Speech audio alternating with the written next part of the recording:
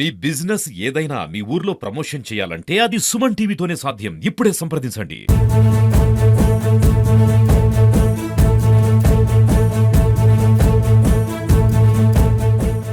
ఇప్పుడు ఇన్ని నీళ్లు వాటర్ రావాలంటేనే దీని వెనకాల ఎంతో శ్రమ ఉన్నది.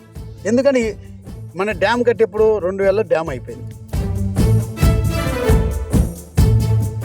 సుమారు ఆ 0 నుంచి 18 కిలోమీటర్లు ఒక 330 కోట్ల రూపాయలు ఆ రోజు నేనే తిరిగి దాన్ని ఎస్టిమేట్ చేయించి డిజైన్ చేయించి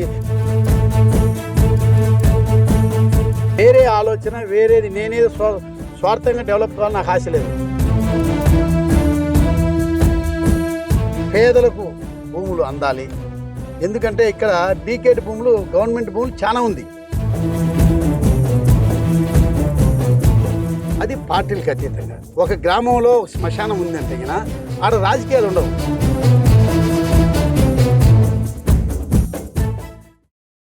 బ్రహ్మం సాగర్ పూర్తి స్థాయి నీటి మట్టడంతో జలకళ సంతరించుకుంది. ప్రధానమంత్రి మత్స్య సంపద యోజన పథకం కింద 12 లక్షల చేప పిల్లలను కొద్దిసేపటి క్రితమే స్థానిక ఎమ్మెల్యే పుట్టా సుధాకర్ యాదవ్ ఇదే బ్రహ్మం సాగర్ జలాశయంలో వదిలారు. ఇక్కడ ఉన్నటువంటి మత్స్యకారులందరికీ కూడా అదొక జీవనోపాధిగా ఉంటుందని ఆయన చెప్తూ ఉన్నారు. అంతేకాదు నియోజకవర్గంలో ఉన్నటువంటి అన్ని చెరువులు కూడా ఇప్పటికే జలకళను సంతరించుకున్నాయి. మైదుకూరు నియోజకవర్గంలో జరుగుతున్నటువంటి అభివృద్ధి కార్యక్రమాలపై సుమన్ టీవీతో ప్రత్యేకంగా మాట్లాడడానికి మనతో పాటు స్థానిక ఎమ్మెల్యే పుట్టా సుధాకర్ యాదవ్ ఉన్నాడు. ఆయన అడిగి తెలుసుకునే ప్రయత్నం చేద్దాం. ఎమ్మెల్యే గారు, ఏంది ఎప్పుడూ లేనంతగా ఇంత వాటర్ ఫెసిలిటీ ఈరోజు మీ నియోజకవర్గానికి కలిగింది, దీన్ని ఎలా చూస్తున్నారు?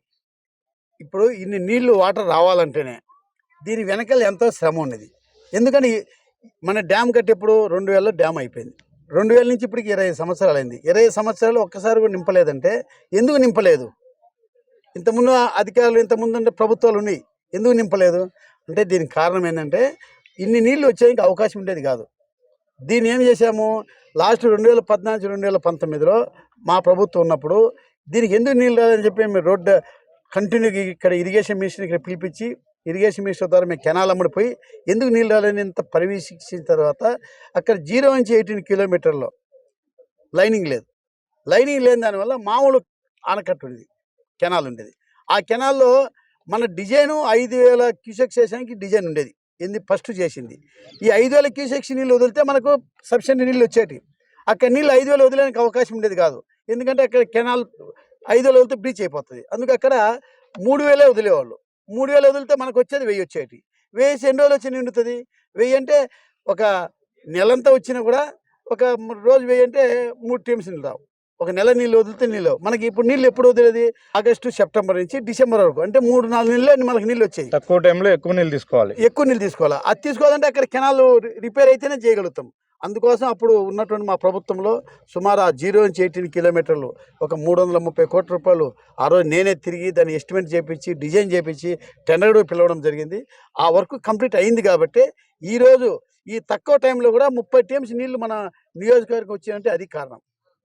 సార్, మీరు గమనించారా లేదో, మీ నియోజకవర్గంలో 3 నేషనల్ హైవేలు వెళ్తున్నాయి. వాటి కోసం నిర్మించిన ఫ్లైఓవర్స్ పైన వెళ్తూ చూస్తే రాయలసీమలో మైదుకూరు నియోజకవర్గం ఒక కోనసీమను తలపిస్తుంది. ఆ మొత్తం సరౌండింగ్ కూడా పచ్చదనాన్ని సంతరించుకుంది. అంటే కేసీ కెనాల్ కానీ మిగతా చెరువులకు కానీ ఎలా సమన్వయం చేయగలిగారు ఈ వాటర్? ఇప్పుడు మా అధికారులు ఉండరు, దానికి ఆర్గనైజేషన్ ఉంది. ఇంపార్టెంట్ అంటే వాటర్ ఆర్గనైజేషన్ ఇంపార్టెంట్. ఆర్గనైజేషన్ కరెక్ట్గా ప్లాన్గా చేస్తున్నాం కాబట్టి ఈసారి SR1 కానీ SR2 కానీ బ్రహ్మసాగర్ కానీ సుమారు ఇప్పుడు బ్రహ్మసాగర్ 17 టీఎంసీ, SR1 SR2 ఎప్పుడు చరిత్రలో నిలబడలేదు. ఎప్పుడు 2.2 టీఎంసీ కానీ ఎప్పుడు స్టాక్ నిలబెట్టలే. ఈ సంవత్సరం 4.5 టీఎంసీ నీళ్ళు స్టోరేజ్ చేశాం. నిన్ననే పోయి మేము జలహారతి కూడా ఇచ్చి వచ్చాం. ఇవన్నీ వాటర్ ప్లానింగ్. ఈ వాటర్ ప్లానింగ్ లేకనే ఇంతకుముందు మైదుకూరులో 2024లో డ్రింకింగ్ లేక ఎలక్షన్ టైంలో తాగడానికి నీళ్ళు లేక చాలా ఇబ్బంది పడినారు. అంటే ఆర్గనైజేషన్ కరెక్ట్ లేక దాన్ని ఇప్పుడు కరెక్ట్ మేము ప్లాన్ చేసినాం. దానికి గేట్లు స్టోరేజ్ చేసి ఇప్పుడు సుమారు 4.5 టీఎంసీ నీళ్ళు స్టాక్ చేసినాం. ఇంకా చెరువులకు ఎక్కడెక్కడ నీళ్ళు లేవు అన్ని చెరువులకు అకామిడేట్ చేసినాం.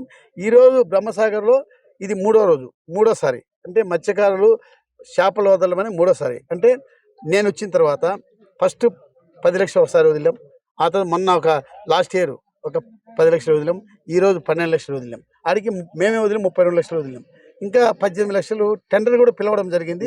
అది కూడా ఈ నెల ఆఖరిగా నెక్స్ట్ మంత్ ఫస్ట్ వీక్లో ఇంకా 18 లక్షల చేపలు మన బ్రహ్మసాగర్లో వదిలేనికి అవకాశం ఉందని చెప్పి తెలియజేస్తాం. సార్, కాలజ్ఞాని బ్రహ్మం గారు జీవసమాధి అయినటువంటి ప్రాంతం ఇది. దీంతో ఒక మాస్టర్ ప్లాన్‌తో ముందుకెళ్తున్నారు. ఎందుకంటే ఇది ఒక పర్యాటక, ఆధ్యాత్మిక క్షేత్రంగా రావాలి. ఆ మాస్టర్ ప్లాన్ వర్క్స్ ఎంతవరకు వచ్చాయి? ఏంటి ఆ ప్లాన్? ఓకే, మీరు మీరు మంచి పాయింట్ అడిగారు. దాని మీద డిపిఆర్కి ఇచ్చాం, కన్సల్టెంట్కి ఇచ్చాం. కన్సల్టెంట్కి ఇచ్చే వాళ్ళు మామూలు తెలుసు కదా, కన్సల్టెంట్కి ఇచ్చే ముందు డబ్బులు వచ్చినా వాళ్ళు పనిచేసేది. అందుకోసం వాళ్ళు ఇన్ని రోజులు పెండింగ్ పెట్టినారు. మొన్నే పిలిచి దానికి ఒక 7 లక్షల రూపాయలు ఎస్టిమేట్ ఇస్తే వాళ్ళకి అమౌంట్ కూడా అకామిడేట్ చేశాం. నిన్ననే ఒక 2 డేస్ బ్యాక్ మా ఆఫీస్కి వాళ్ళ టీం అంతా వచ్చారు. అంతా ప్లానింగ్ చేశాం. ప్లానింగ్ చేసి అంతా డిపిఆర్ తయారు చేస్తున్నారు. ఇంకొక 10-15 రోజుల లోపల డిపిఆర్ కూడా తయారవుతుంది. తయారైన తర్వాత డైరెక్ట్ డిపిఆర్ ఇక్కడ వచ్చి ఇక్కడి నుంచి ప్రపోజల్ పంపించేది కన్నా ముందు ఒకసారి ఢిల్లీ లెవెల్లో కూడా పంపించి, అక్కడే కదా అప్రూవ్ చేసాం. మనం డబ్బులు ఇచ్చేది ఢిల్లీ ఇచ్చేది కాబట్టి వాళ్ళ దగ్గరికి పంపించి ఈ డిజైన్ ఒకసారి చూపించి దానిలో ఏమన్నా ఇంకా రిమూవ్ చేయాలా లేకుంటే యాడ్ చేయాలా వాళ్ళ డైరెక్షన్స్తో తీసుకొని ఆడికి కూడా చెక్ చేసుకొని వచ్చిన తర్వాత డిపిఆర్ తయారు చేసే చేయాలని చెప్పి ఆదేశాలు ఇవ్వడం జరిగింది. దాని ప్రకారంగా జరుగుతుంది. ఒక మోస్ట్లీ మంత్ ఎండింగ్ కల్లా డిపిఆర్ మన చేతికి రావచ్చు చెప్పి నేను అనుకుంటున్నాను. సార్, మఠం మండలంలో అక్రమ భూముల వ్యవహారాన్ని తేల్చడం కోసం ఇక్కడ ఒక మహాయజ్ఞాన్ని చేపట్టారు. అది సాఫీగా ముందుకు సాగుతుందా? ఆ విచారణ ఎంతవరకు వచ్చింది? ఇప్పుడు అధికారులందరూ చాలా మనకు పట్టుబట్టి, నా ఆశయం ఏంటంటే రాజకీయాలు శాస్త్రం కాదు. మనం రాజకీయానికి వచ్చిన తర్వాత మనం ఏమి చేసినాం అనేది నిలబడిపోతుంది. అది చేయాలని నా కాన్సెప్ట్. ఈడ మేము పార్టీలకు అతీతంగా పేదలకు భూములు అందాలి. ఎందుకంటే ఇక్కడ డీకేట్ భూములు, గవర్నమెంట్ భూములు చాలా ఉంది.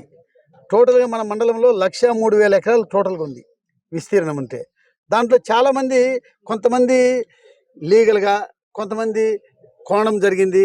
ఆ తర్వాత వాళ్ళు చట్టపరంగా లేకుండా రకరకాల వ్యవస్థ ఉంది. ఇన్ని రోజుల నుంచి ఎక్కడ ప్రక్షాళన చేయలే. దీన్ని చేయాలని చెప్పి ఒక యజ్ఞం మాదిరి తీసుకోవడం జరిగింది.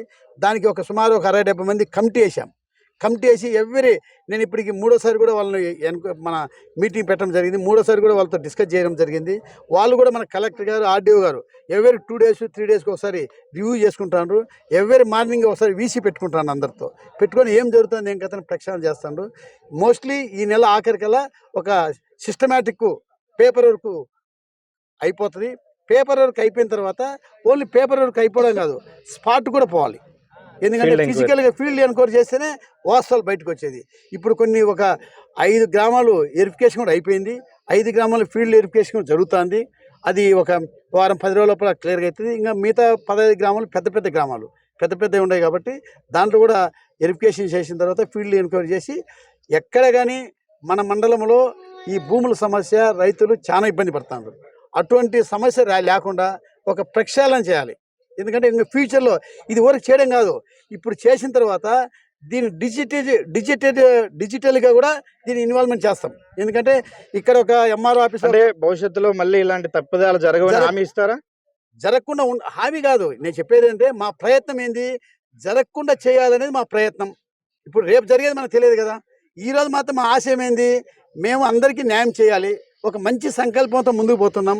ఇది చేయడం ఈరోజు ఇప్పుడు ఫిష్ని వదలాలని అనుకున్నాం, 1 వీక్ బ్యాక్ అనుకున్నాం, ఈరోజు వదిలినాం. అంటే మనకు చేయాలని పట్టుదల ఉంటే అది సక్సెస్ అవుతుంది. ఆ పట్టుదల మీద ముందుకు పోతున్నాం. మన వాళ్ళు కూడా, మన కార్యకర్తలు అందరూ, మన ప్రజలు కూడా బాగా సహకరిస్తున్నారు. అధికారులు కూడా చాలా బాగా చేస్తున్నారు. వాళ్ళకు కూడా డిస్టర్బెన్స్ లేకుండా, వాళ్ళ దగ్గరికి ఎవరికి పోకుండా, వాళ్ళ ఒక రూమ్ దగ్గర పెట్టి వాళ్ళ దగ్గర ఎవరు పోకుండా సీసీ కెమెరాలు బందోబస్తు చేశాం. వాళ్ళకి ఏం కావాల్సి అకామిడేట్ చేసాం. వాళ్ళు బ్రహ్మాండంగా పనిచేస్తున్నారు.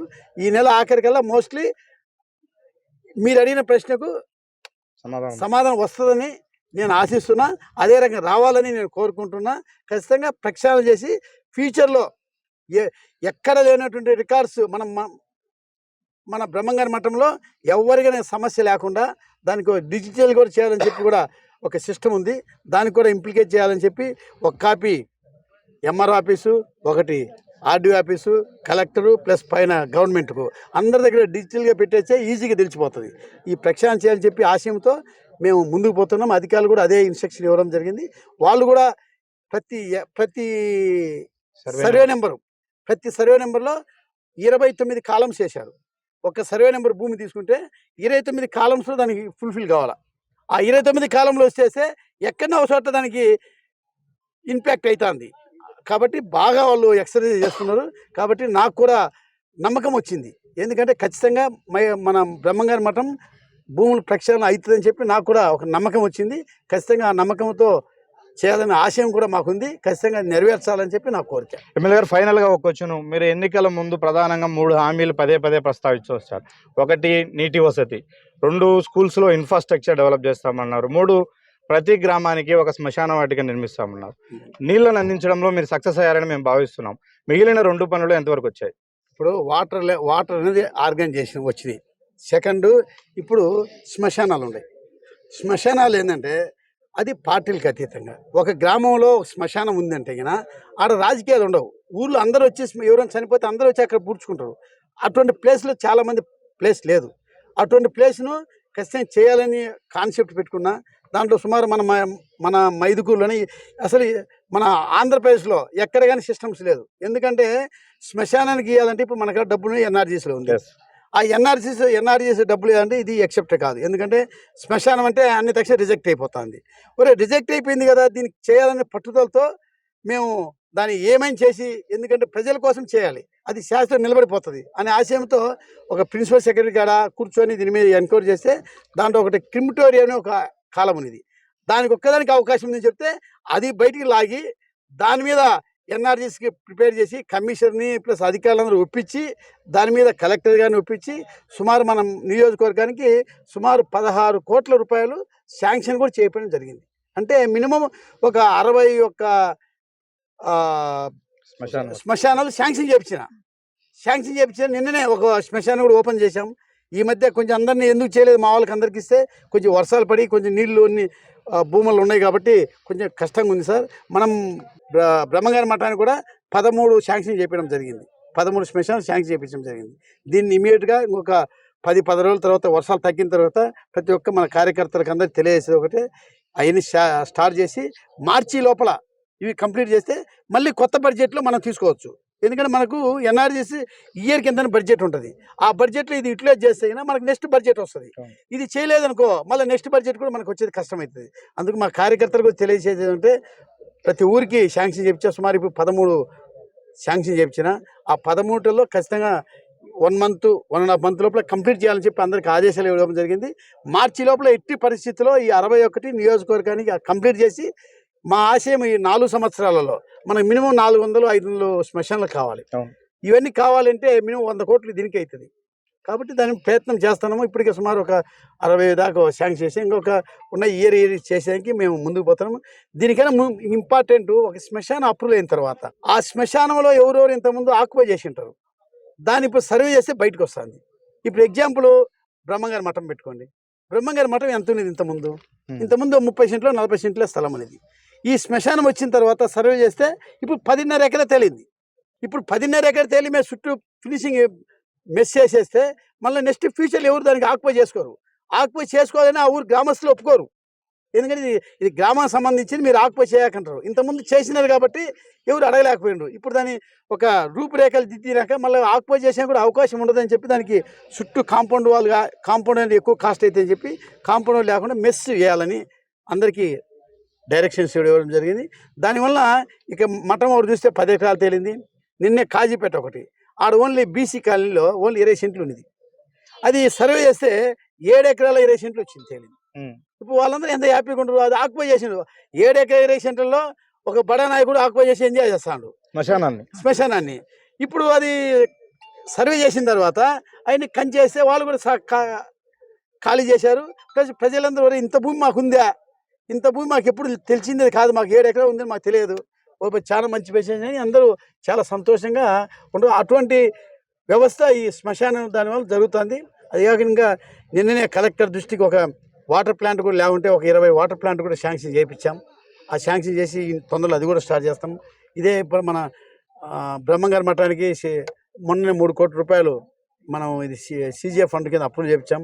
ఈరోజు కూడా ఒనిపెంటలో సుమారు 2 కోట్ల రూపాయలు ఈరోజు కూడా మళ్ళీ ఒక 2 కోట్లు శాంక్షన్ చేయించిన. ఈరోజు ఆర్డర్ వచ్చింది.